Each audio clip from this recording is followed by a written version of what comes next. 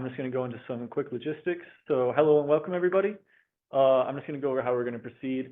So as most of you know, there are currently 3 vacant seats on the council for the Prescott AMA, leaving us without a quorum. Because of this, there will be no voting or action of any kind at this meeting. This is strictly for informative purposes only.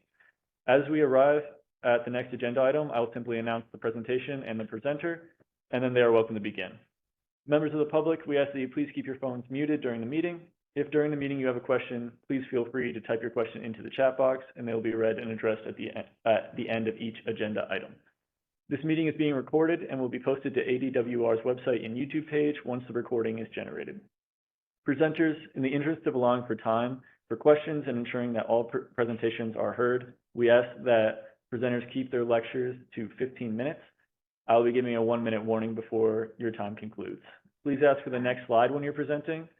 And finally, if you're having any technical difficulties, please contact our help desk. Their contact information can be found on the screen. All right, so to start, what's that? Oh yeah, we can go around and do the introductions. I think that would be useful. That's normally how this goes. It's just a little bit of different procedure now.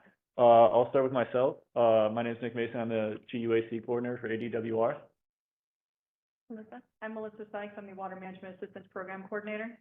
And I'm Joy Rivera. I'm the Program AMA Supervisor. And we have our 2 council members.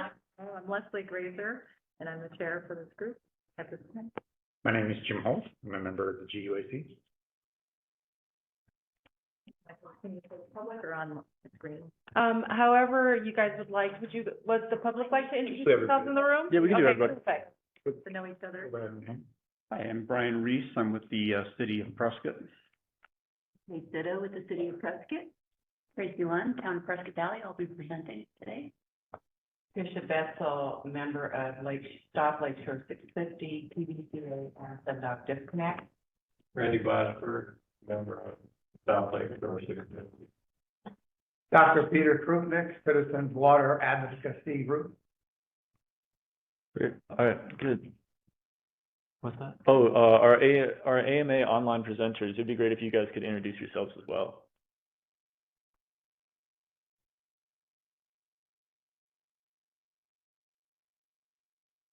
Natalie, would you like to start, or Colin?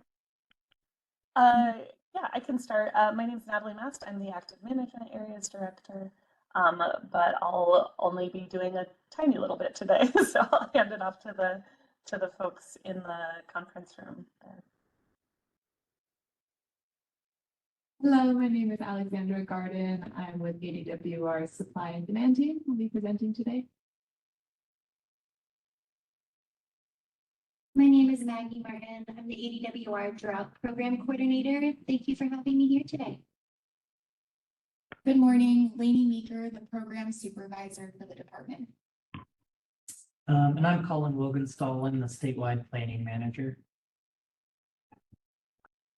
Great, I believe that's everybody. Thanks everyone. Moving forward to our first agenda item, we have a Water Management Assistance Program update from Melissa Sykes. Yes, thank you. Members and members of the public. I'll be going over the Water Management Assistance Program fund balance and the status of the DCP Groundwater Conservation Grant. Following our last discussion regarding withdrawal fee rates for 2024, the director approved the council's recommendation of $2, so that remains the same. Here. Share your screen. It looks like we're shared there. Maybe it's a lag, yeah. So I'll just continue. Yeah. The current balance is $108,447. And this WMAP information can be found. It's stapled to your agenda on the side until we get our screen up and working. One here. That's the information we're going through right now. Current balance is $108,447. Of that, $4,570 is committed, leaving a balance of $103,877. We expect to collect about $14,000 next year. The only project being funded with WMAP funds is ADOT SR 89 Stormwater Recharge Pilot Project. Next, I will give you an update on the groundwater conservation grant. The town of Prescott Valley Water Smart Customer Portal recently completed their project, and they will be presenting to the members today. The two remaining projects are currently in progress, and those two are listed in the document you have there. Before we move on to the presentation, are there any questions regarding the WMAP funds or the groundwater conservation project? Members, do you have any questions? I have no questions. Okay. Then thank you.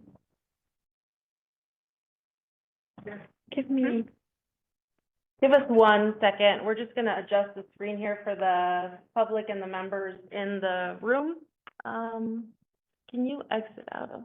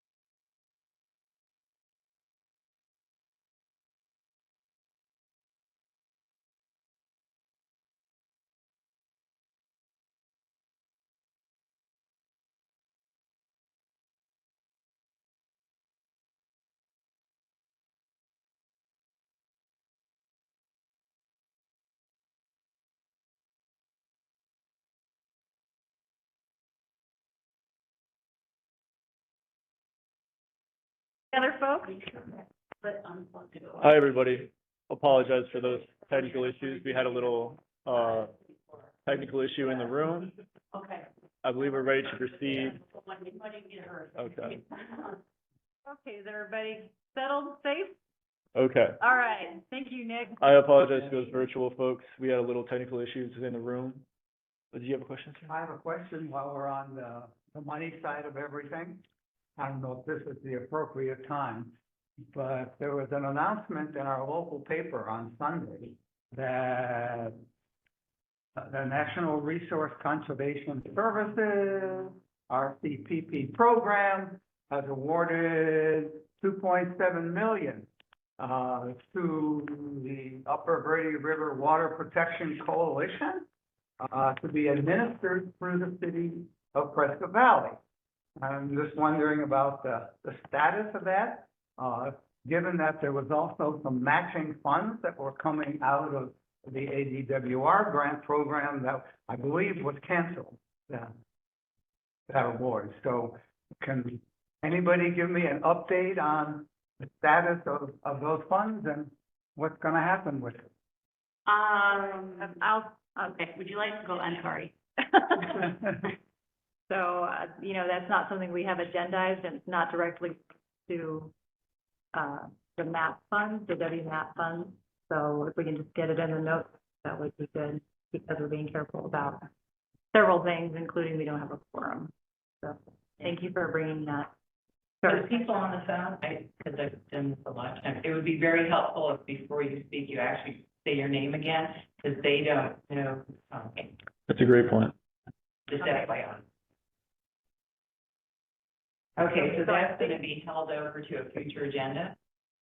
No, it will be in the notes. So I'm sitting as the chairwoman for this group, so I'm happy to help entertain and guide, but this is your, you know, the Department of Water Resources is the lead on this one. So, at this point, I'd like you to go ahead and proceed, and, we'll do our best to work through these, your statistics that you'd like us to follow. Appreciate it. Okay. We'll move forward with our next agenda item, which will be, the WMAP completed project from, Tracy Lund, Town of Prescott Valley. Can everyone hear me if I just speak from the table, or would you like me to stand up? I'm Open to whatever. I'm hearing you. Let's check with the folks online. the folks online hear me? We can hear you fine, yes. Okay, great. All right, so Oh, sorry. Just one more technical thing, and then we'll be right back to it.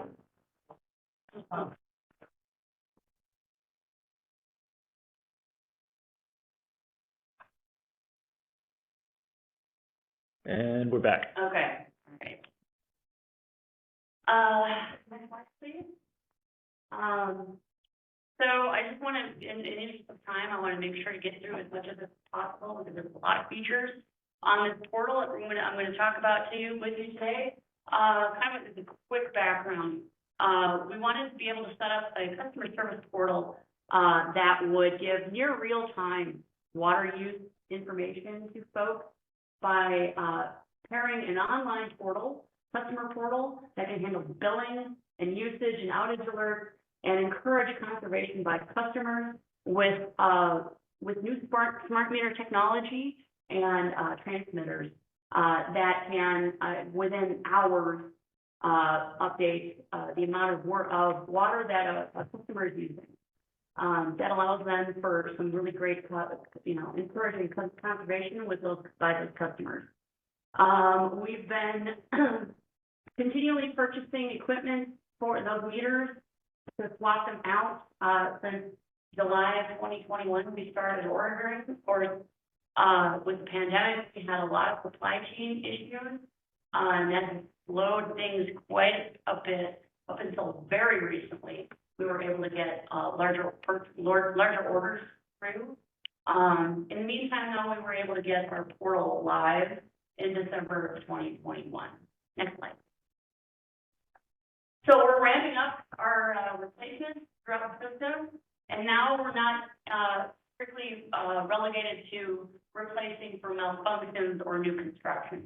So we're going through and picking out routes that would normally be a drive-by, meter read, and actually replacing them with the smart meters. The SNAP funds went to the purchase of the portal, from the Census Analytics. And the town has matched those grant funds through the purchase and installation of the meters, obviously, and by maintaining the portal subscription. All right. So I wanted to go through, some of the functions. And, starting here, this is all coming from my own account. So you'll see that account numbers have been deleted in interest of my privacy. However, I'm pretty proud of my water usage, so I am going to go ahead and count that. So what you can normally get through this page that I'm showing here by going to our website, and go to utilities and billing. And you'll arrive here eventually, and you can log in with an ID and a password. Next slide, please. And once you do, you get to your landing page. And this is then obviously the billing front end, where you can set up a one-time payment, you can set up recurring payments and auto pay, and just check on status of past billing, whatever you'd like to do. Next slide. At View Bill in the Water Smart portal. Next slide, please. It will take you to this. And you have to click on another Water Smart button. Next slide, please. And then that brings you to the Water Smart landing page. So, hey, I use 28 gallons per day. That's an average. Sometimes it's more, of course, sometimes it's less. But the great thing here is there's even more functions that you can do. Yeah, go ahead. That was perfect. Your timing was perfect. If you track hourly, this is the first thing that it comes up at. So this is actually a daily snapshot for the last 2 weeks, I believe, from when I grabbed the data. And this is my normal usage pattern, pretty much. And then, of course, there was a trip down to the valley, so you can see when I wasn't there. For the police. Yeah. Yeah.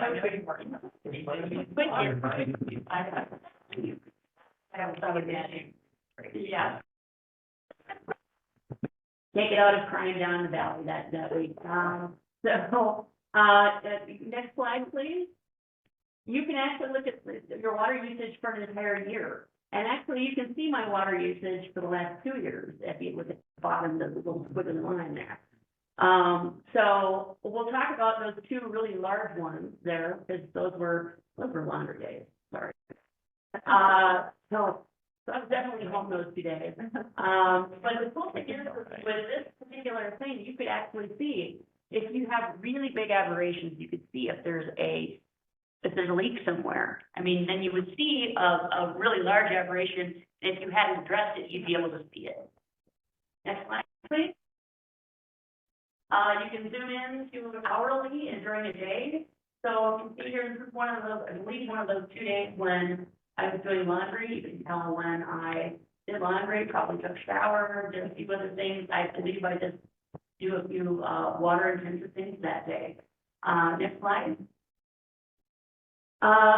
If you looking around at other things on the other tab, you can look at your current bill, past bills, whatever you'd like to look at, compare. You can even forecast based on your current usage. You compare that with that day last year, for instance.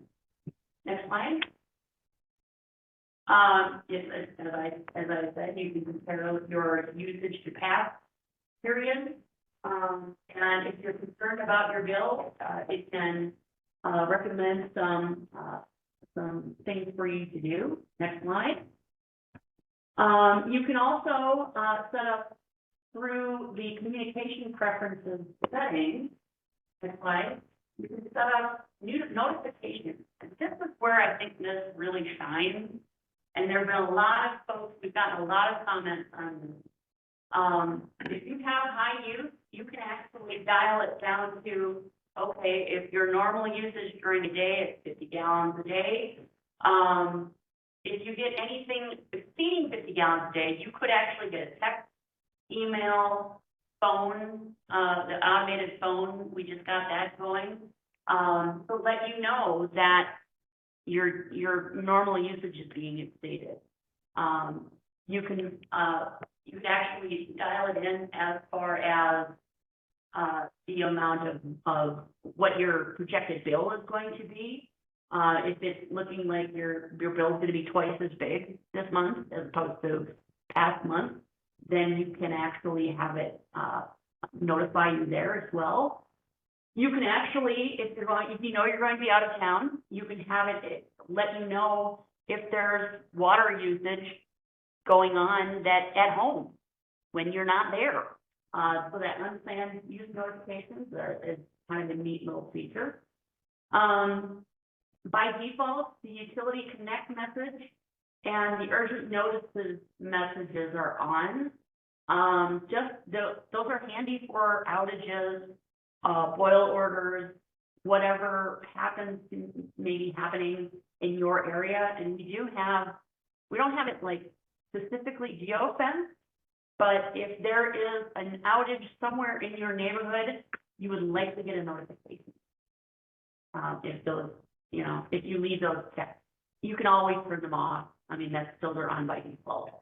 You can also, if you really don't want to hear from us, you can also unsubscribe if you like. Next page, please. And I just wanted to show you, I did get notifications on those 2 days that I indicated up there on September 17th and October 22nd, my laundry days, I did get notifications. So yeah, it's kind of a handy feature. So, I mean, it helps folks conserve water where they can. Next slide. It also, the portal gives some really great other actions that folks can do in their home to conserve water. So, check your landscaping, check your watering, your landscape watering devices. It'll give you all kinds of different, I mean, I think I counted 36 different things that it could recommend for you. You can go through, read them, commit to something. It can actually help you commit to a plan if you like. I have not personally done that, but it's definitely possible. My favorite, of course, is the water quality report because I'm a geochemist at heart. So I always look at my consumer confidence report every year. So that bottom right-hand corner one is a favorite of mine. So next slide, please. For the final report for this particular project, just try to get some sort of trending on this whole project and how we may have already been saving water. It's kind of hard to figure out though, because I mean, we've only been in operation with this particular report for 2 years. Actually, we just after 2-year anniversary. As a statistical nerd, that isn't something that I feel like we have enough data on yet, but the trends look promising.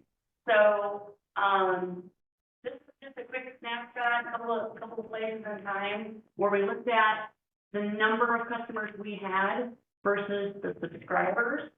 We have hit a point where, I mean, we're up to, I think, 17% of the folks that, of our customers that are subscribed.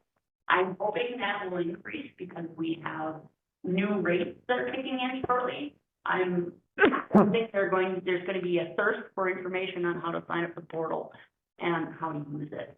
And boy, I'm excited to show people how to use this thing because it's really neat. Next slide, please.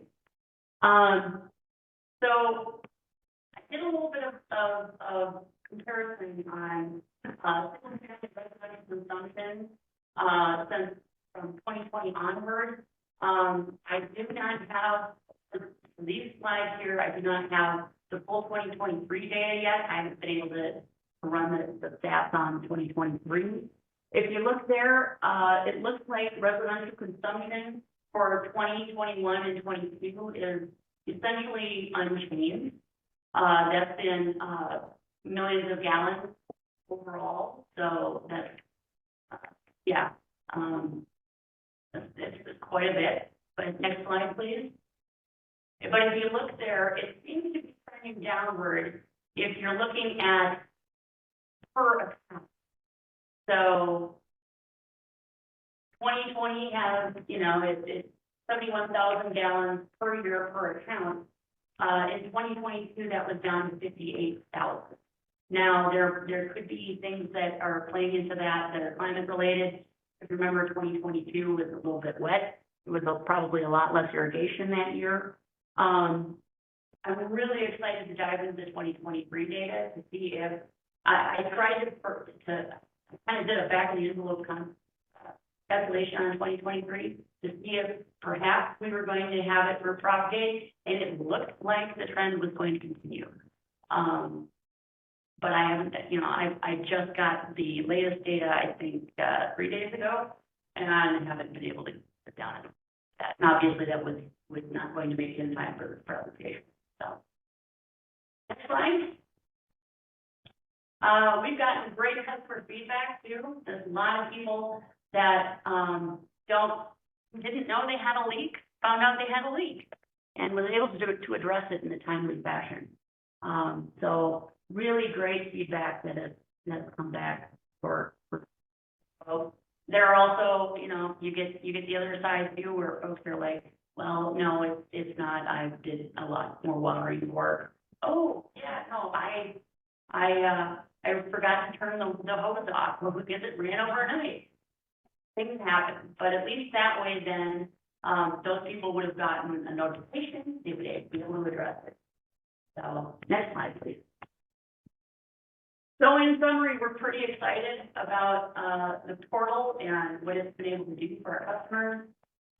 It's very interactive, and I'm hoping that it's going to long-term net some benefits as far as actual conservation of water. So yeah, I'm quite happy with how things are going there. And that's it. Any questions from the council? I had a couple. If we can go back a couple of slides to the slide that described in bar graph the number of subscribers. Yes, Did I hear you say that 17%? we're up to 17%. Okay. Looking at that, I thought maybe it was more, but maybe I misunderstood. Yeah, no, it's zoomed in. Unfortunately, in order to make it, I'll admit I maximize the subscriber bar.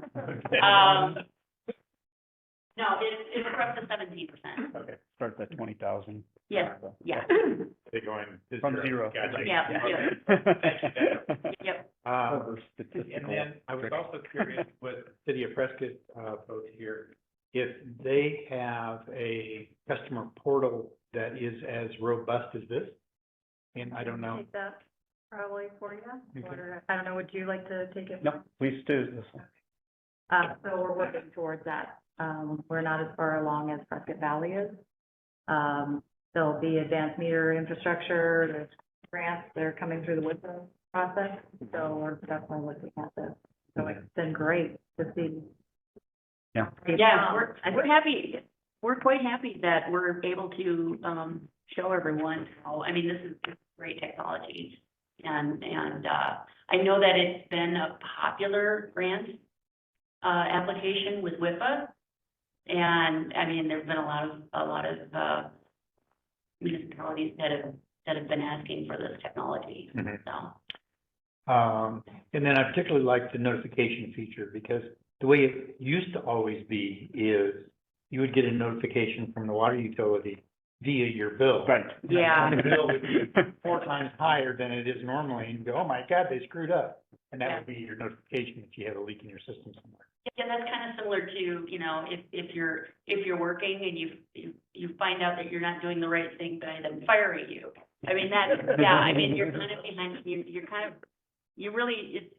this is great for being able to address those issues in a really quick fashion. Yes, and in a kindly fashion as well. Yeah, and this is really, I mean, it's, I know of several instances just in the last week with customers with leaks where we've been able to, the customer accounts folks have been able to facilitate even better customer service, I think, than they normally would have. We had that kind of post-flow, process been in place.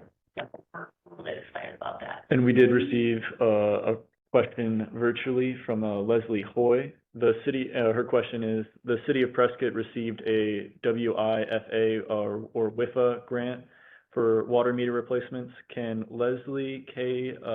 Sidow or Brian Ruiz say whether Prescott will also have similar capabilities with the new meters?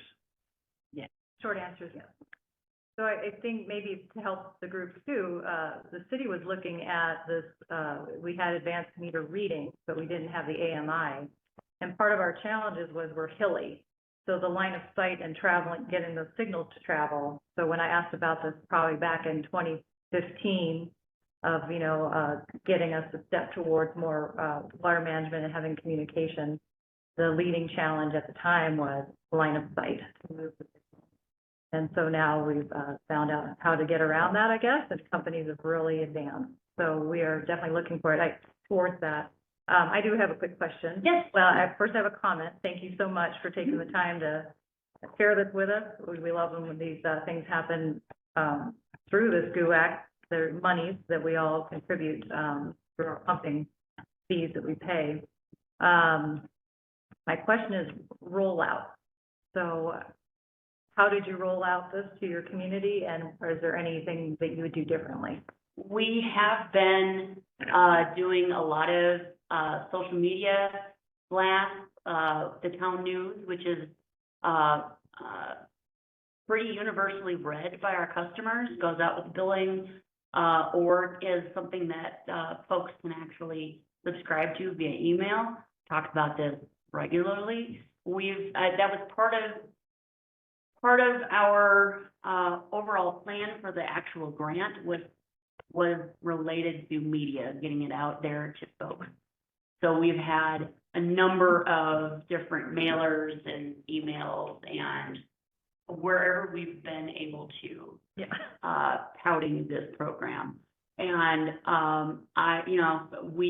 the customer accounts folks, when they talk to I know when I first came here in March of 22, there was discussion of this capability when I signed up for my water.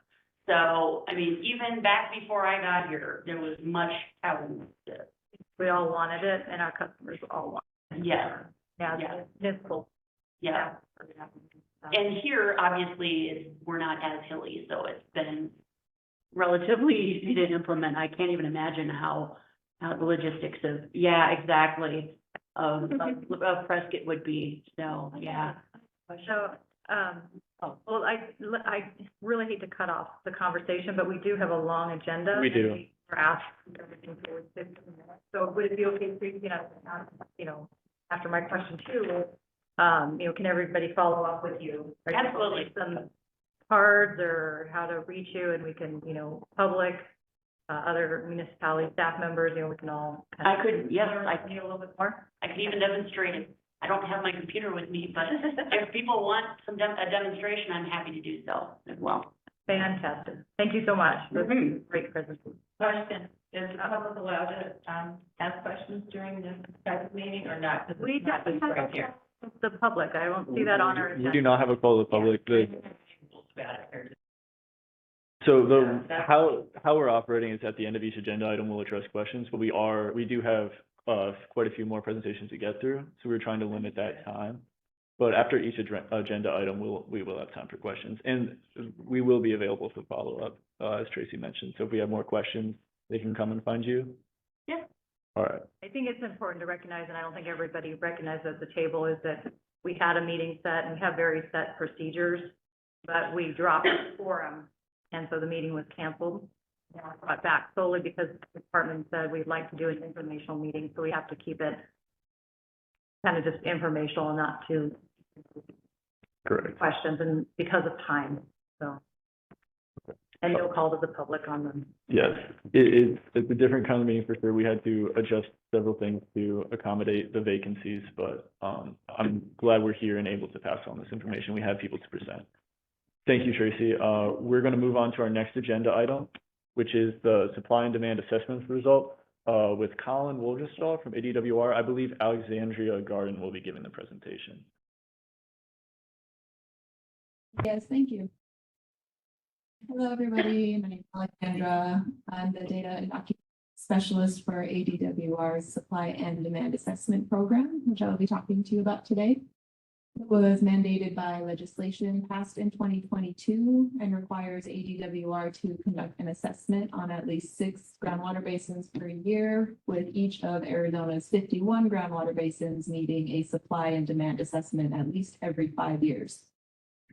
We recently completed the basin reports for the inaugural year of 2023, and I'll briefly talk about Alexandria? our... I'm Yes. sorry, can you just indicate when you'd like me to switch to the next slide? Yes, Thank you. I was wrapping up that last one.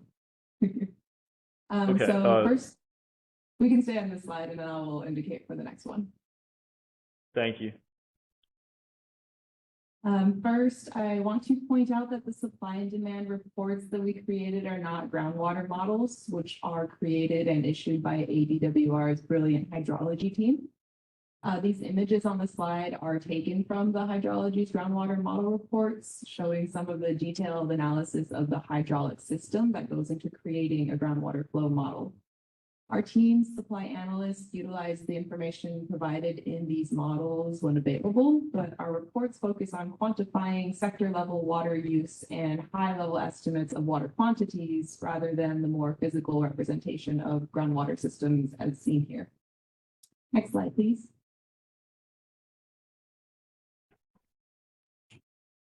The purpose of these studies is not regulatory, but they may help the state to keep a more current understanding of water conditions in each basin.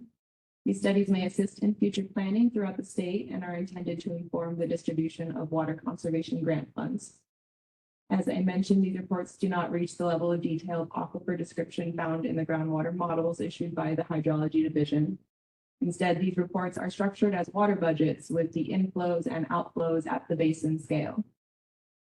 After quantifying the inflows and outflows historically from the year 1990 through 2022, we then assessed future impacts on water supplies using projection scenarios from 2023 up into 2075, and I'll go over these scenarios later in the presentation. So this slide, you can see the sectors that we divide the water demand into in our studies and kind of the general flow of how we create the equation for groundwater storage. We have the supplies, we subtract from those the demands, and the change, whether positive or negative, will show whether the aquifer is getting recharged or overdrafted. Next slide, please.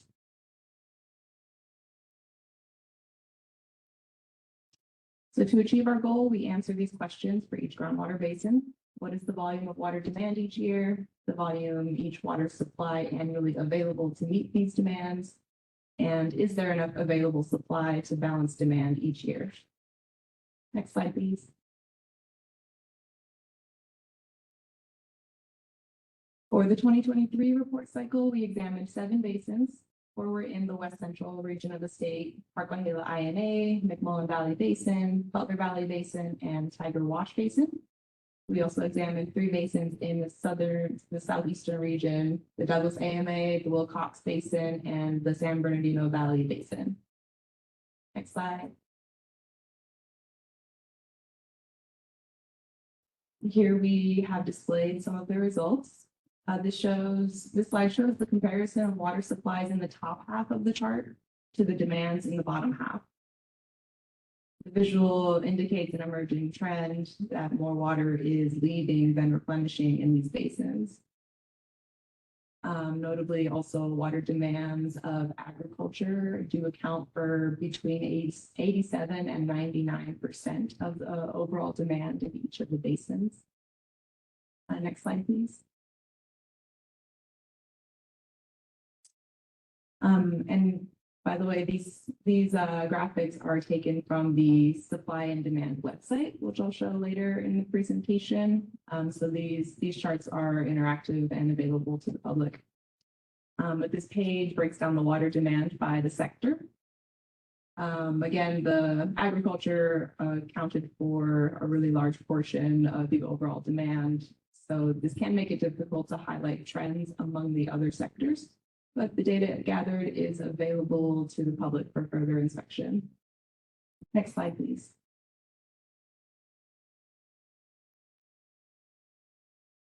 Here's the supply data broken down by water type across the basins. And just as agriculture takes up a majority of demand, so does the concurrent incidental charge account for a noteworthy portion of water within the basins. So next, we will take a look at groundwater storage estimates, which are part of our reports. Next slide, please. What is unique about these reports compared to other reports in the past is we focus on average well depth in a basin instead of the depth to bedrock. And the graphic here shows the difference that the average well depth approach can make. This approach allows us to estimate at what point in time the amount of available water is calculated to fall below the average well depths in the basin. When this occurs, it means that wells have gone dry. We thought that this approach was worthwhile as it shows the impact of declining water levels on property owners, on residents, or industries in a basin. Next slide, please. As depicted in this graph, we have observed declines in groundwater storage across the 7 basins from the 2023 assessments. Notably, the most significant decline has been observed in the Wilcox Basin over the baseline period. The point here on the graph in which the storage line crossed below zero, it's around 2016, did actually align with the time that ADWR began receiving calls from the public of wells running dry. Next slide. The team also created projections, as I mentioned, of future water demand based on 5 different scenarios. These projections allowed us to understand how different demand variables might impact the status of the basin's water resources in the future. So we chose status quo in which the baseline volumes are carried forward, a growth scenario where volumes were assumed to increase with some specific parameters through the projection period, a conservation scenario where volumes are assumed to be influenced by specific conservation practices, much like the Water Smart program that was just presented on, which can definitely make significant impacts, as you can see in the data. Technology influences, and as well as a climate scenario where we adjusted the volume using a 1 degree Fahrenheit temperature increase in the average annual temperature. This kind of follows a lower emissions pathway for Arizona in the future. Next slide, please. These graphs here show the amount of groundwater projected to be available based on the scenario trends between 2023 and 2075. You'll notice that growth is projected to affect more basins than others. So for example, that growth scenario in Wilcox shows the cumulative demand through 2075 rises from 7.81 million acre feet to 13.82 million acre feet. And that's shown in the gray box on the bottom of the graph. So these are 2 snapshots taken from the website. You can adjust based on the scenarios presented before this. Next slide. With the 2023 reports wrapped up, we are already underway with the 2024 studies, which involves stakeholder outreach. Our stakeholder outreach coordinator researches and compiles a list of water users in each basin and sends a mailing notifying them of our study, and also asks for voluntary water use information. One of our goals is to set foot in every basin that we study. We really think this is important. It can provide context to the data that we gather. And here is the supply team in the photo visiting the Wilcox groundwater basin. That was taken in the agricultural fields of a large dairy. So we definitely got a good view of the kind of large water demands that that exist in that basin. Next slide, please. With a total of 51 basins in the state that must be analyzed, completing our initial round of reports leaves us with 44 basins yet to be assessed by the end of 2027. So over the next 4 years, we're committed to evaluating an average of 11 basins annually. To maintain a steady pace, we plan to increase the number of basins we studied in 2024 to 14, which will allow us to meet our required goal. 2024's basins will include the Prescott AMA and the Verde River Basin. Next slide.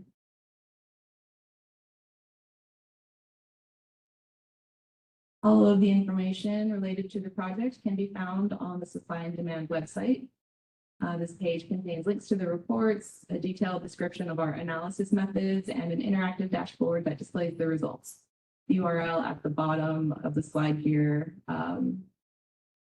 www.azwater.gov/supply-demand. Thank you. Next slide.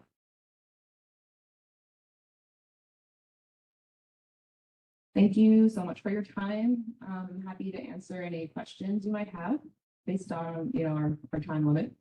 If you have a question after the meeting, you may contact Colin Wogenstall or Natalie Mast, whose contact information is shown here. Thanks again. Thank you, Alexandra. Any questions from the council? I have none at this time. Thank you. I had a couple, but probably for the sake of time, I'll recommend everybody go to the website. I was there this morning. I think the methods appendix is really important on these projects, and I look forward to seeing how you balance. These are all rural watersheds. This one's going to have an AMA component, so I think your methods might change. And then, of course, for each one, there's a document, a Tiger Watch. I just pulled that one, so I want to thank you. And once again, for the sake of time, we'll keep moving because we had to start a little bit later. But you have a lot of great information, and I think it's important from a GUAC point that I do understand that contacts are underway. You get with the stakeholders. Having the timelines would be really helpful here locally. We had some communication from the rural programs at ADWR about this. So any coordination we can do through that as well, I think would be worthwhile. So we look forward to having you back up here and walking through those important things that we see that vary up here that might not have been present in some of these other rural basins. Thank you. All right, we'll move on to our next agenda item, to be a drought status report from Maggie Martin of ADWR.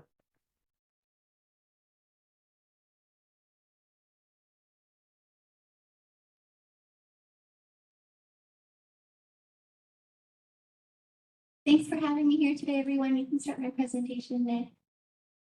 Great, thanks. Hello, everyone. Again, my name is Maggie Martin. I'm the Drought Program Coordinator at ADWR.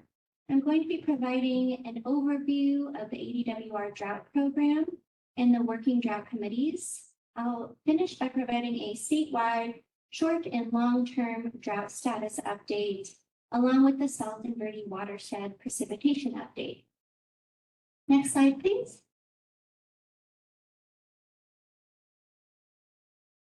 To offer some background, ADWR's drought program was shaped by the recommendations set by the 2003 Arizona Governor's Drought Task Force. The task force developed the 2004 Drought Preparedness Operational Plan. This plan emphasizes a drought monitoring system to provide early warning of future drought conditions and proactive mitigation strategies to help reduce the impacts of drought. A key to the implementation of the Arizona Drought Preparedness Plan was the creation of 3 structural committees. The Drought Interagency Coordinating Group, which serves as an advisory group for the state governor on the drought emergency declaration of the state. This group meets biannually. The local drought impact groups, these are typically county level drought impact groups. And lastly, the Drought Monitoring Technical Committee, which is responsible for gathering data about Arizona drought, climate, and weather.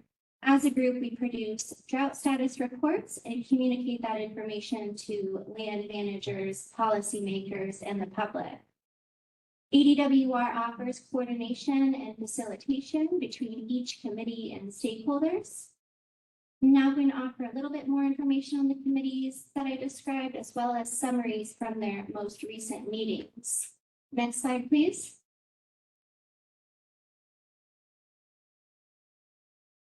In 1999, a drought emergency was declared by Governor Jane D. Hull, activating the state of Arizona Emergency Response and Recovery Plan and promoting aid in drought-stricken areas of the state. In 2007, the declaration was reaffirmed through an executive order, further promoting water conservation in all sectors of the state, requesting assistance for those impacted, and ordering state agencies to implement their water use reduction plans. As I mentioned in the last slide, the ICG is an advisory body to the governor on Arizona drought issues. This group meets twice a year to evaluate drought conditions and to consider recommendations to the governor. The last ICG meeting took place on November 7th and unanimously recommended that both drought declarations remain in place. The meeting agenda, summary, and presentations from the last ICG meeting are posted on the ADWR ICG webpage. The next meeting is yet to be determined, but it will take place sometime in early May of this year. Next slide, please. The Drought Monitoring Technical Committee is co-chaired by the state climatologist, Erin Ann Sappel, and the lead forecaster for the National Weather Service of Phoenix, Mark O'Malley. The last drought MTC meeting took place on January 10th. Both short-term and long-term drought conditions were discussed, as well as agency updates from SRP and ADWR. We're still working on the next MTC meeting date, but it will take place sometime in early April. Next slide, please. The local drought impact groups, or LDIGs, are groups that coordinate drought public awareness, provide impact assessment information to local and state leaders, and implement local mitigation and response options. These groups are coordinated locally, and there is currently only one, the Pima LDIG. Next slide, please. Now we'll be moving on to the statewide drought status updates. Here are the U.S. drought monitor maps for the end of the last 5 months. I will start with August, but I can't talk about August and September without mentioning July and the exceptionally hot summer that we had. July ended as the hottest July on record at most locations in the state and the second driest July on record. Precipitation from tropical system Hillary started in August. However, severe short-term drought had already advanced in many areas due to the previous 6 to 7 extremely hot weeks. After a full year of no extreme drought, extreme short-term drought started advancing through Arizona in September, which you can see in red here on the maps. Statewide temperatures were much above average in October and November. At the end of November, moderate or severe short-term drought had expanded into 50% of the state. I will get into December here on the next slide, please. So when we looked at October, November, and December, those months ended as the 26th driest October, November, and December on record. December was the 9th warmest December statewide since 1895. Abnormally dry conditions started replacing the areas in the state with no drought. A year ago, the state had 39% moderate or severe drought. We didn't have any extreme drought. And now we're looking at 54% of the state in a moderate, severe, or extreme drought. A strong El Nino is currently reaching its peak with better than a 70% chance of neutral conditions developing by the middle of spring. As a result, there is only a slight chance precipitation will be above average the next couple of months. The January short-term drought status update will be released during the second week of February. Next slide, please. And we'll now quickly cover the quarterly long-term drought status maps. A very wet monsoon season in 2022, followed by a very wet winter into March 2023, brought improvements to Arizona's long-term drought. However, extreme drought advanced throughout July to December as a result of that record-breaking July and late starting monsoon season. Exceptional long-term drought, which is that very dark maroon color, and extreme long-term drought, which is again that bright red, has expanded throughout the state. Next slide, please. This is Salt and Verde cumulative watershed precipitation data that was presented at the January 10th Drought Monitoring Technical Committee by a senior hydrologist from SRP. Cumulative watershed precipitation for the beginning of water year 2024 totaled 2.03 inches, which is 55% of normal, so below normal volumes. The red line on this graph reflects normal precipitation values. The dashed green line is 2023 precipitation, and the solid green line is water year 2024 precipitation so far. So below normal for the water year at this time. Late December is when the watershed started receiving precipitation. However, again, the summer monsoon and fall were dry on the Salt and Verde, the second driest and second lowest inflows for the past summer and fall, only second to the volumes of 2020. And again, this was shared on January 10th, so it does not include the storm systems of the last couple of days or weeks. If you're interested in the full presentation that was provided by SRP at the MTC, I'd be happy to send that meeting summary. Next slide, please. Before I end, I quickly want to highlight the 2023 Arizona Drought Preparedness Annual Report that we published in December. In partnership with different drought groups, ADWR produces an annual drought preparedness report for Arizona residents and for the governor's office. This is for the previous water year, and the report includes a summary of Arizona's drought status for the past water year and an outlook for the next water year. It includes drought and emergency designation information and highlights of drought conditions and preparedness activities, including water supply, drought planning for community water systems, and participation in regional and national efforts. You can find this report by visiting the ADWR Drought Program webpage. Next slide, please. Lastly, I'd like to share the different collaborative opportunities that are available to the public and interested parties, some of which are to join drought observation reporting discussions with the MTC, form a local drought impact group, and to stay informed by joining the ADWR Drought Program email list, where we share meetings information as well as drought status report updates. Next slide, please. And that concludes my presentation today. I've included a link to the drought program webpage and my contact information, and thank you again for having me.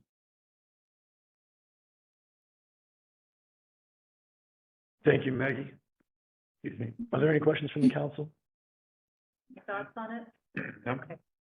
I'll just back up momentarily. I didn't take the time to thank Alexandria and Colin for their work on the supply and demand. That's a big lift. And Maggie, this is also really great information. So I'm glad that we're able to have this informational session today and hear how much is going on across the state for us. Maggie, you had mentioned that there was an SRP presentation that you'd be able to forward, and I'd like to have that in the record. I'd like to have that forward. Absolutely. Thanks, Chairwoman. A copy of this PowerPoint presentation will be available online as well. Online. and any links as well at the ADWR webpage. ADW. Yeah. Mhm. We'll move forward with our next agenda item. Laney Meeker will be giving the Governor's Water Policy Council update.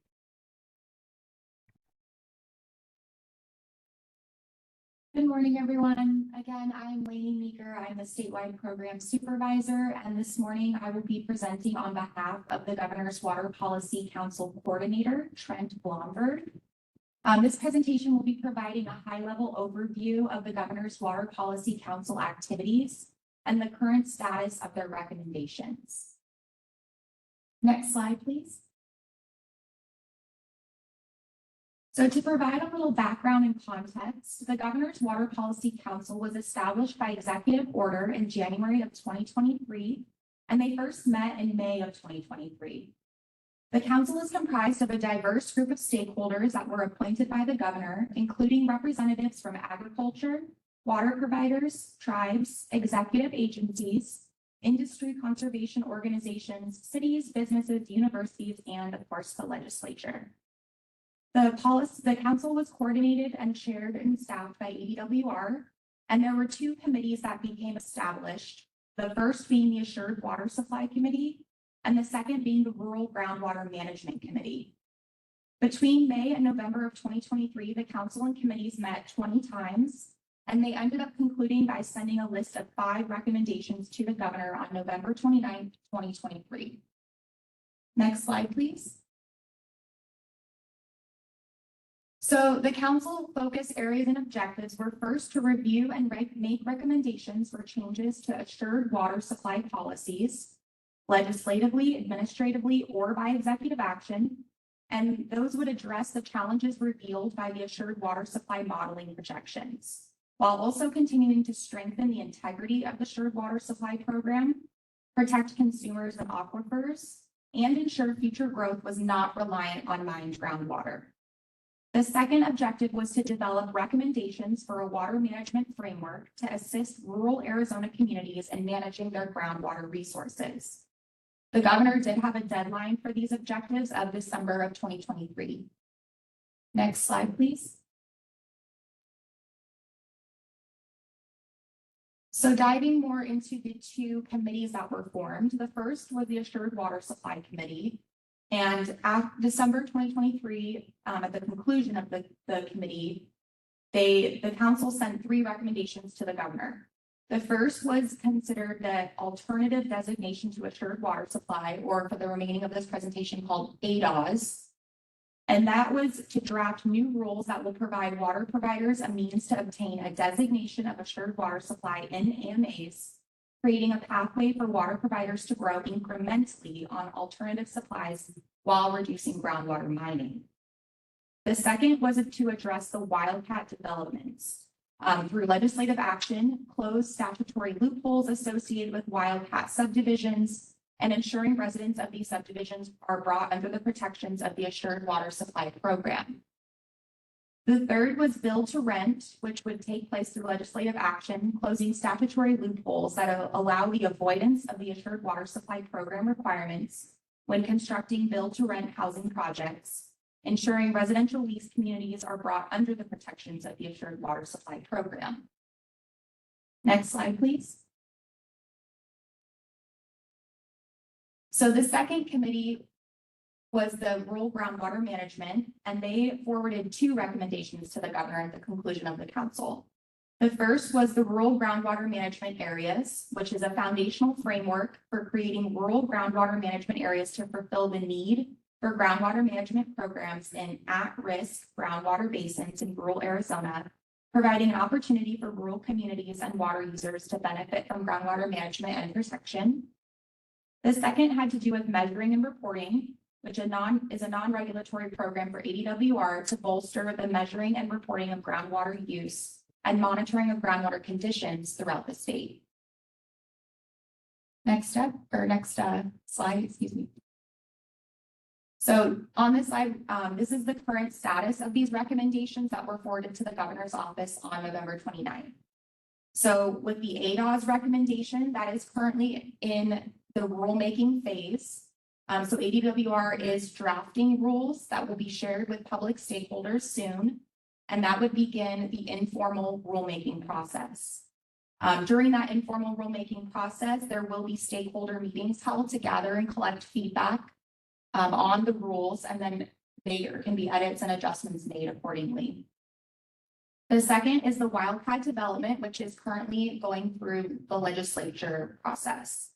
So ADWR is working very closely with legislators on the draft legislation that would be meeting council recommendations. So we're working with them to ensure that language accurately reflects what the council was recommending to the governor's office.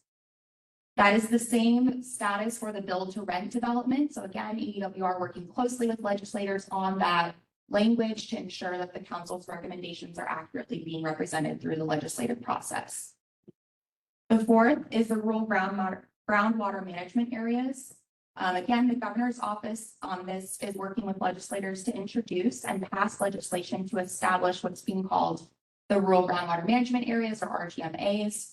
And that is also closely following the outline framework from the council's recommendations. The last recommendation on measuring and reporting is going through the administrative process, where ADWR has began investigating areas of data needs in the state and the options that we have available to us to collect additional data in these locations. Next slide. So that concludes the update of the activities and the current status of recommendations from the Governor's Water Policy Council. I would highly encourage anyone who is interested in how this process played out to go to the Governor's Water Policy Council webpage, which is displayed on the screen there. It's just azwater.gov/GWPC. All of the meeting recordings are available there, as well as the documents that were actively being used and distributed during that process. So you can really kind of see the really, robust dialogue and discussion that was going on during these individual committee meetings, and then the broader council meetings where they came together to update each other and to kind of get the broader council's input on what they were discussing and coming to those conclusions on. So really, really interesting process. Again, I highly encourage you to check that out. If you have any specific questions related to the ongoing council activities or where those recommendations are throughout their processes, please reach out to Trent Blomberg, whose contact information is on the screen. Again, he is our council coordinator here at ADWR. And of course, you can always reach out to Bruce as well, who is the advisor directly to the director, also known as the council lead. And I can take any questions at this time as well. Thank you. Thank you, Lainey. Any questions from the council? Excuse me, a quick comment. This presentation, particularly with the presentations today, do kind of remind me of trying to grab a drink out of a fire hose. Man, this is a lot of information. And I think it points out to us the value of filling out the rest of the Groundwater Users Advisory Council and having the calendar of regular routine meetings so that we can have more time to delve into some of these topics in more detail. So, but this was a very good presentation. I really appreciate it. Thank you. Thank you. And thank you, Lainey. Again, everybody's providing a lot of information. I think you summed it up very nicely, Vice Chair. So the question is, just quickly, is the sponsors. So we see the tracking that comes out. Who's sponsoring these different House bills and Senate bills? Who is your primary contact? How are you delivering these to legislators? So the department ourselves are not. Oh, I'm sorry. Could you repeat the last part of your question? It was cutting out a bit. Sorry. So we're seeing the bills. Let's see if I put my line up here. Oh, which stack is it in? Maybe I didn't bring it with me. No, it's right here. So we see tracking, of course, and we do this through our other networking groups related to the House bills and the Senate bills that are going through. Each one that's brought forward has a different representative. As an example, Representative Griffin's bringing forth quite a few bills, Mayasuchi, and others.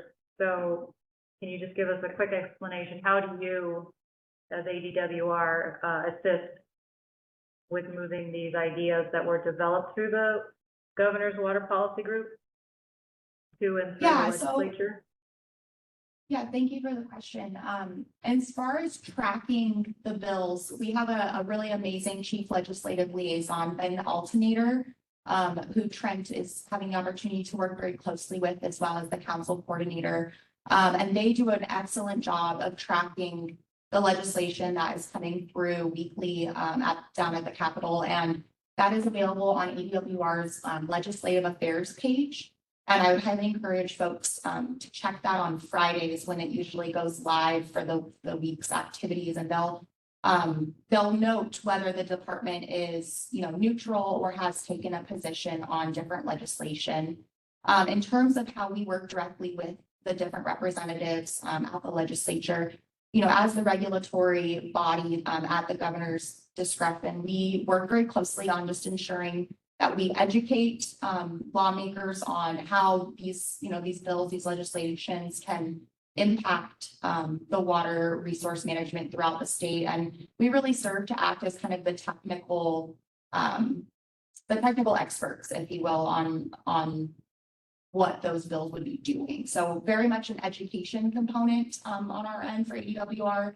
And then again, working with them on the language. So for example, those two proposals that are going through the legislative process, or at least will at some point, we've worked really closely with them on, again, just that language to ensure that the council's recommendations are accurately being represented, and that's the intention of the legislation. So I would say working closely with them again on education, on language, and then just being that technical expert as the department overall. Okay, thank you so much. I think that's part of the learning for everyone at the table, and know how we can watch and track things. As you're watching and tracking things, we're watching and tracking through other means too. I was trying to make room so that somebody else is, sorry, I was just gonna say, if somebody else is willing to track the massive amounts of bills that are going through the legislature, use those resources, because it's a lot. I don't know that the average person has the time or the bandwidth to be tracking that. So we're happy to do it for you, and definitely check that resource out. Thanks so much. So I was really making as much of an effort as I could, to hold questions, so that at the end, if there's something really burning, we can get to it. But I wanted to make sure everybody had time to present, because we do thankfully have a lot of staff time right now on this call, on this meeting, because the water policy is really important to this area. I think I'm seeing a couple questions, so I'm willing to, as a chair, to entertain those really quickly. And then we are still doing good on time. We'll get our last presentation in and maybe do some more questions. Is that okay with you? Yeah, and your question was actually a great segue into our next agenda item. I believe our department director, Natalie Mass, would be a great person to ask that question to as well. I think she could be a good resource. So, if we have questions, Rulemaking for the ADOS as well in that? We could go through we could go through Natalie's presentation and then return to questions. Is everyone would be okay with that? Okay. Natalie? Hi, everyone. You ready? Yes, and I'm going to be really quick too. So I really appreciate that we had supply and demand staff and also Lainey here to present on kind of all of the many moving pieces that ADWR has going on right now. They're certainly able to provide a lot more detail, and I really do hope that you all will check out both the supply and demand reports and also the annual report that the council put out. Those all have a lot of really good information and likely would help answer a lot of the questions that you may have. My update today is going to be really quick, I just wanted to focus largely on staff. We do have a whole bunch of new folks, and we've got, I think I counted 4 new people starting on Monday, so we've got new people coming to join us. You heard already from Colin Wogenstall. Colin is our brand new statewide planning manager. He is responsible for the supply and demand team and also for statewide programs, which includes drought, community water systems, outreach, and, I'm missing one. Sorry. There's one more on that list that I've lost track of. Conservation, excuse me. Conservation is the last one. There we go. So really excited to have Colin on the team. He's definitely already helped us out a lot in getting those that first round of supply and demand reports across the finish line this past December.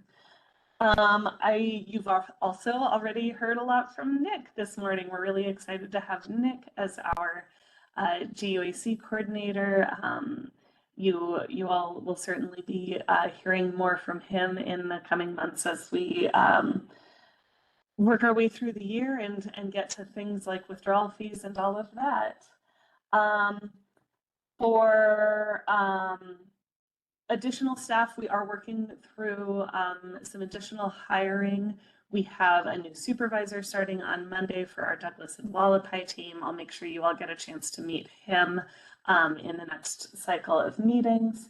And the last thing I'll say on that is that I'm also hiring. So we are also hiring a deputy AMA director to kind of directly help out with all of the various things that are on my plate and all of these really great activities that you've heard so much about today that pull our attention a lot of different ways.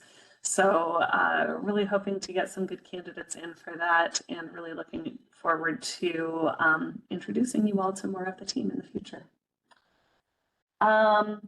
Aside from that, I know there have been a couple mentions of membership on this particular council today. I would like to reassure you that this is very much something that is on the radar. We are working through some potential candidates and that type of thing. But at the same time, I would really encourage anyone who might have interest in serving on the GUAC to apply through boards and commissions. So boards and commissions has a website where they have an application. There's a drop-down menu on the application where you can select the Prescott GUAC as what you're applying for. So that is kind of the formal process for registering your interest in becoming a GUAC member. So if there are folks who are interested in, please submit your applications. You can also reach out directly to me and let me know that you're doing so. And I can make sure the governor's office is looking for those applications. Ultimately, those appointments are made through the governor's office. So I don't necessarily have an update on timelines or anything like that. But I just wanted to emphasize that we are working closely with them and really making sure that action is being taken on those appointments as quickly as possible. And with that, I think that's all I have for today. Thank you, Melissa, for putting that boards and commissions site in the chat. That's helpful. Thank you. And Natalie, would you have time to stay and answer some questions? Sure. Yes, of course. Are there any questions from the council for Natalie? I have none right now. Thank you. I had just a couple. So first, yeah, I think we're just so fortunate to have Director Mast as our AMA lead. You're working across the state, and we're just one of several AMAs. We have a newer one that was also brought up. We appreciate the help on the membership. We would like to have meetings that we have the full complement on the agenda and full contingency here to help sort through topics, and we're here as an advisory role to work closely with the department and convey needs for this area. So the first question is, the next meeting, are we still looking at, we've been at like, not date, just, are we looking at 2 times a year as gonna be the ongoing practice? So this would be our first meeting of 2024, and there would be potentially only a second meeting, and that would be about the time we need to do our withdrawal fee work. Does that sound true, Director Mast? Pretty close, yes. The exception to that might be if there are other necessary items we would need to put on an agenda. The kind of specific item that might come up there is Water Management Assistance Program contract renewals. So if there are specific items, particularly related to WMAP, that we might need to put on agenda, we might schedule an additional meeting. But due to the very significant workload that you've heard all about today on the department and on department staff, we are a little bit limited in holding additional informational meetings and that kind of thing at this time. Well, we're obviously happy to provide information as we can in those meetings that we do have, but we want to make sure that we have specific actions that need to be taken at each meeting so that we can prioritize those. Great, thank you. The other item, what we can see here from the supply and demand presentation that was done is that you'll be very active in the active management area. So this GUAC represents the active management area, but we also have municipalities that are also active in the Verde Basin, particularly the Big Chino subbasin. So will there be any coordination of these supply and demand studies or assessments, as they're called, through the GUAC, or will that be an entirely different route? It's a really good Or do we know? question. It's a really good question, and I don't know that I have a clear answer for that at this time. And I can also maybe let Colin chime in here if he wants to. I think because Prescott is an AMA, we'll obviously be using a lot of the reported historical data that we do have access to. That's something that's kind of nice about the active management areas when it comes to these supply and demand reports, is that we actually do have reported data. And so we don't have to create the same kind of estimates that we might have to in other areas. There will certainly be estimates that we do have to create in Prescott. And I think those might be areas where we might want a little bit of additional feedback. Colin, maybe you want to say a little bit more about stakeholder outreach and that kind of thing that might occur with supply and demand? Yeah, that's what I was just about to say, is our stakeholder outreach coordinator is getting ready to send out notices. And that will ask for voluntary contributions of data and also just to inform the public of the process, so that they can help us if they have data. So just be on the lookout for those notices, and they should be coming out fairly quickly. I know there, in particular with Big Chino and with a lot of the Prescott AMA cities, that there's a lot of additional history and context to be had there. So we'll certainly want to be touching base with folks to ensure that we're using the most appropriate information as we work on those projections. So. Okay, yes, thank you. So when looking through the methods assessment, I think specifically for, we'd like to have some more conversation on how that's done. I have some examples, but I really want to try to open this up more. We did have one more question, it looks like, from GUAC from Jim. Good morning, Natalie. Morning. I'm curious about the GUAC annual calendar. Are we suggesting that all groundwater users advisory councils for active management areas will be on a 2-meeting schedule, or is it going to vary by AMA? It's a really good question. It's definitely going to vary a little bit by AMA depending on the number of active WMAP projects that they might have that we might need to be following up on. But for the most part, we're really trying to stick to, at this time, we're really trying to stick to that kind of minimum number necessary for each AMA.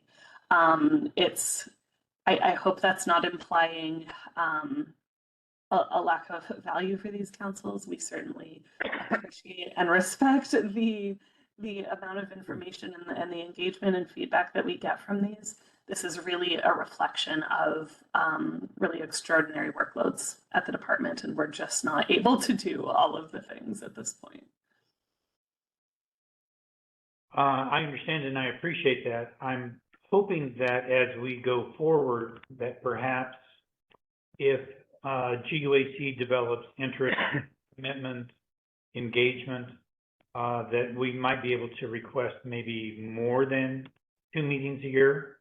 We can make that easier through technology. Of course, we would utilize that as well. So I'm just hoping that we might be able to have a little bit of an open window on this regard. Again, I can't speak on behalf of members that aren't even here yet, but I'm thinking that we could have some interest in having additional conversation on this topic.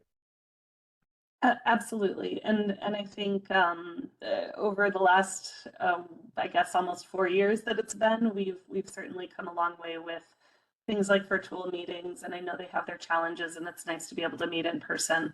But we can certainly continue having that conversation and considering whether in-person meetings are the most appropriate or whether virtual meetings might be most appropriate, given those substantial workloads we've referenced. But of course, we are absolutely open to discussion on that. We definitely want to hear the perspective from the individual GUACs and the AMAs. And I think I'd be interested in hearing more about the types of information that would be most useful to have at these GUAC meetings. Great, thank you very much. Thank you. I'd be happy to follow up with you and have a side conversation about that too, Mr. Holt. Okay, thank you. So I appreciate your comment. I think what we're doing today is just keeping the boat going, and we're waiting to get the boat reloaded with a quorum so we can do more things. But we do have, as you can see on the agenda today, there's so much going to be coming at this area and across the state. So we're not the only one, but if we're having these S&Ds, these supply and demands coming into the area, we're having potentially large changes with policies that coming out of the council, the governor's council, through legislation. We're just having to watch on so many fronts to make sure that as a smaller AMA, we're not missing something, either something goes not favorable for us, it becomes challenging, or we need to get in the mix and be part of the conversation. So at this point, what I'd like to do is turn it back over to you, Nick. And what I would ask is that we have a couple municipalities represented here. Mm-hmm. I think their questions need to be caught first, but I would ask that to move to public. But if you have a question on something, please announce which topic you are interested in and where that, so they know where that question is going to lie, since we're juggling people that are here and not here. So if you have a question on the W map, just let us know and then proceed with your question. So.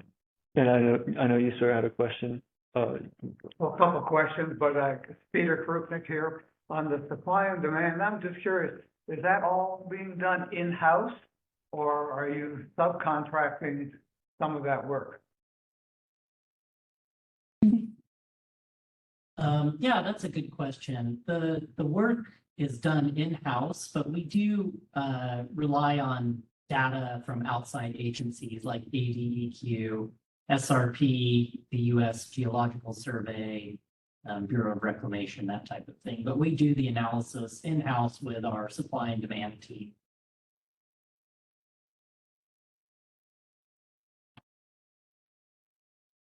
Okay, thank you, Colin. I think he had another question. The second question goes back to the staffing. I know we need to fill out this board.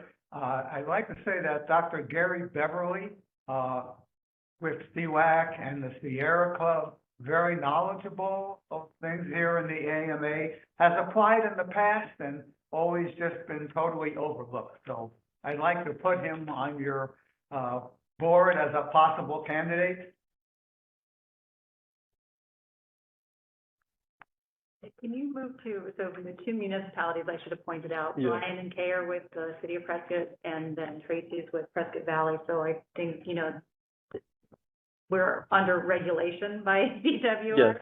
So if there's specific questions that, I'd like to move to them. Okay. So thank you, sir. Thank you for your questions. Moving, you, Tracy? We have a question about, the rulemaking process discussed in the ADOS. The informal portion of that makes me a little concerned. I'm just curious about how the stakeholders are being identified for the ADOS rulemaking process. Just because I think from what I've seen of the discussion on ADOS, it's very focused on the Phoenix AMA and environs to the south that are more urban. And if it's going to be affecting us, then I want to make sure that we are being consulted as well. So I just wanted to hear about that. So the ADOS rules would be specifically discussing the Phoenix AMA, but the public stakeholder meetings that we would be hosting as a part of the informal rulemaking process would be open to anyone and everyone who would like to attend and also submit comments. And we'll be accepting comments, written, verbal, during that meeting, anytime in between. Really trying to get a robust collection of feedback from any and all individuals that are stakeholders in that process. Okay, let me make sure I heard you correctly. You did say that it was more focused than the Phoenix AMA. I've had at least one meeting that I've had where it's been discussed in relation to us. So I just wanted to make sure that indeed the ADOS process is more focused on the Phoenix AMA. Yes, that's correct. The impact of the ADOS would apply to the Phoenix AMA. Okay, thank you very much. Thank you for the clarification. Thank you, Lainey. On to the next question. Yes. Hi, so my question pertains also to the Governor Water Policy Council update, specific to the rural Groundwater Management Committee. Their second recommendation on monitoring and collection of data was discussed as going through an administrative process. And I was just wondering, was there an associated budget that was linked to that above and beyond the current budget so that actually additional work can be done by the agency? And would that mean that it would eventually have to go through the legislative process in order to capture a budget so that accurate data can be collected in terms of water depths and water quality and whatever other useful information is going to be needed in order to support the movement of groundwater management areas? Sure. So the Prescott Active Management Area obviously right now does have mandatory measuring and reporting for all water use out of non-exempt wells. So we do have a fair amount of Prescott AMA data, but we're also looking for potentially some additional monitoring type data outside of those areas where we have reported information. We do have field services staff who go around the state doing physical well measurements, but those well measurements are really done kind of on a voluntary basis with a network of folks who own those wells. And ADWR over the years has kind of slowly lost access to a lot of those wells that we might monitor throughout the state. So we don't necessarily have that very long-term data for a lot of wells, a good patchwork of wells across the state like we might otherwise have had. At this time, I don't believe any additional funding has been identified for that work. ADWR does currently have the authority to do voluntary types of measuring and monitoring efforts. And we do have some remaining funding available within the department from previous special line items and that type of thing. So we are using some existing funds that we have available for that type of data gathering, but it'll certainly be something that will need to be a part of future discussions as well.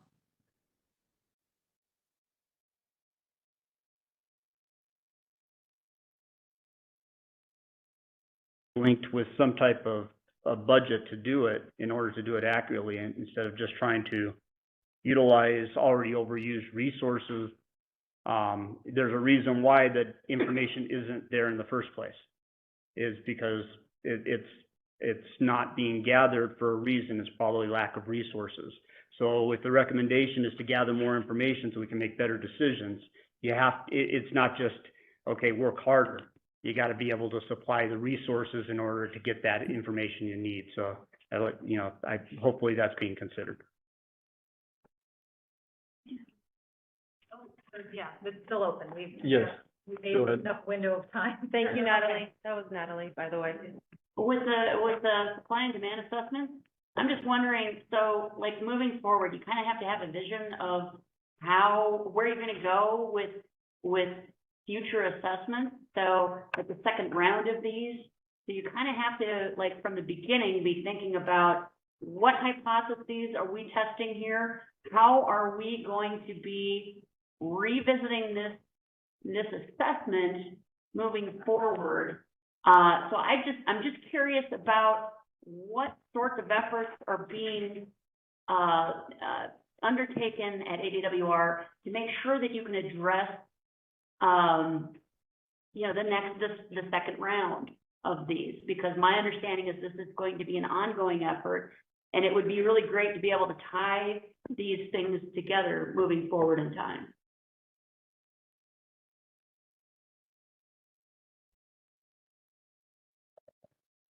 Colin? As the methodology goes, we have the methods appendix online, which kind of lays out how we do the analysis. But that is a process that can always be improved. It's a continuous improvement cycle of refining that analysis method as we move from one round of basins to the next. But the overall assessment kind of remains the same, where we balance the amount of supply and the amount of demand in a basin and then apply a projection scenario to it.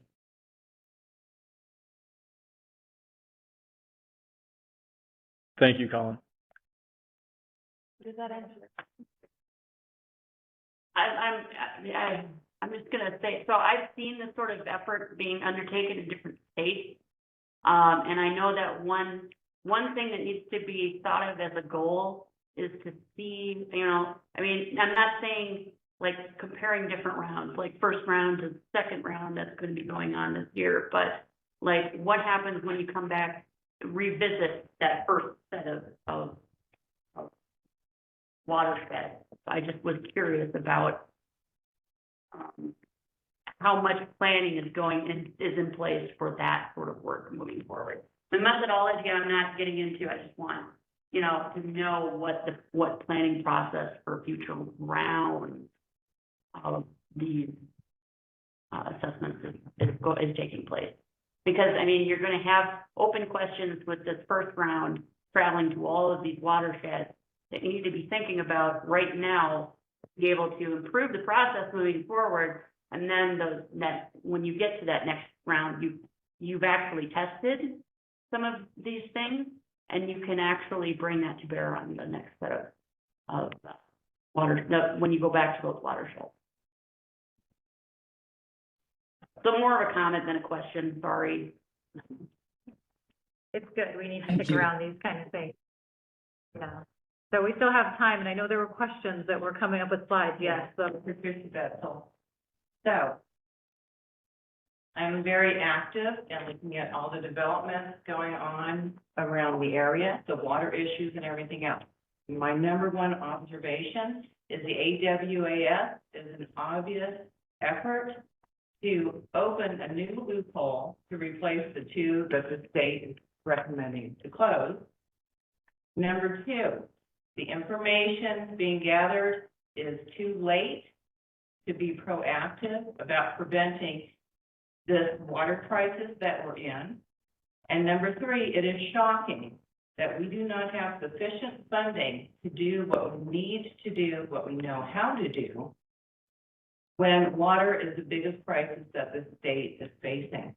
So, my number is on here. We represent a lot of people in Prescott Valley. We also have connections to many people in Prescott. If you need us or would like us to write letters to the governor, we will be writing letters on our own, but it would be helpful if somebody in this group would help us with that, and our representatives at the state level, because this is completely unacceptable. And unfortunately, I came here today because I've heard lots of rumors about how ineffective all of this is. And I'm seeing that is in fact the truth. So I have to assume that the state is deliberately obfuscating on this issue because they want to support uncontrolled development throughout the state. Thank you for letting me make a comment. Thank you for your comment. Any other questions from the public? Anybody online?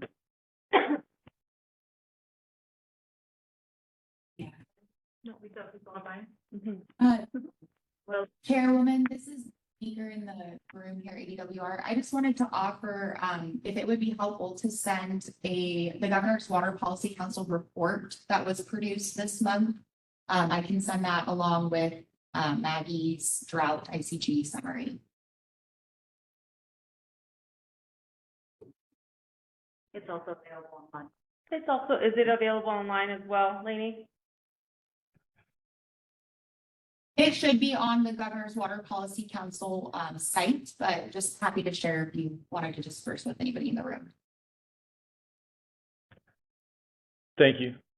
All right, with no remaining questions and Yeah, I was gonna give just one last thank you. Thanks everybody for your time in the department for providing this venue for us to have these conversations. We have, I think, 7. I think I was counting maybe 7, maybe 8. Because there are staff members taking 2 hours out of their day, also preparing slides and doing quite a bit of work while they're juggling staffing issues. So really appreciate everybody's time today and wish everybody safe travels back to where you're heading. So the GUAC here, I think we're closed and. thank you. Yeah. Thank you very much.